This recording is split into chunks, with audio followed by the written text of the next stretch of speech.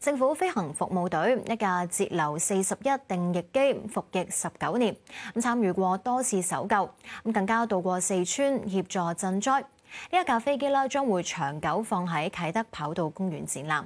由余欣娜介紹下呢部飛機。參與搜救、收集颱風數據，到四川省協助賑災，呢啲都係呢架截流41定翼機過去參與過嘅任務。除咗有精密嘅搜救雷達，仲可以安裝大型相機，幫地政總署製作地圖。呢架定翼機係飛行服務隊1999年由英國引入，舊年退役。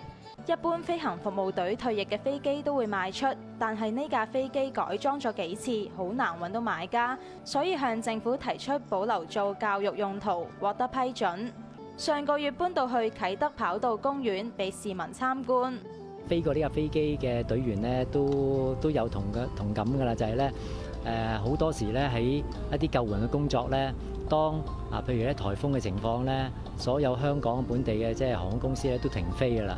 咁咧我哋咧仍然咧都會咧即係同呢架飛機咧一齊起飛去做一啲救援工作。做完之後咧，仲要翻嚟，仲要降落。呢架飛機都即係為我哋香港為我哋即係政府飛行服務隊，為我哋香港市民咧，都做咗好多不同嘅貢獻嘅。咁所以呢個咧就係亦都點解咧，我哋對佢有個特別嘅感情啦。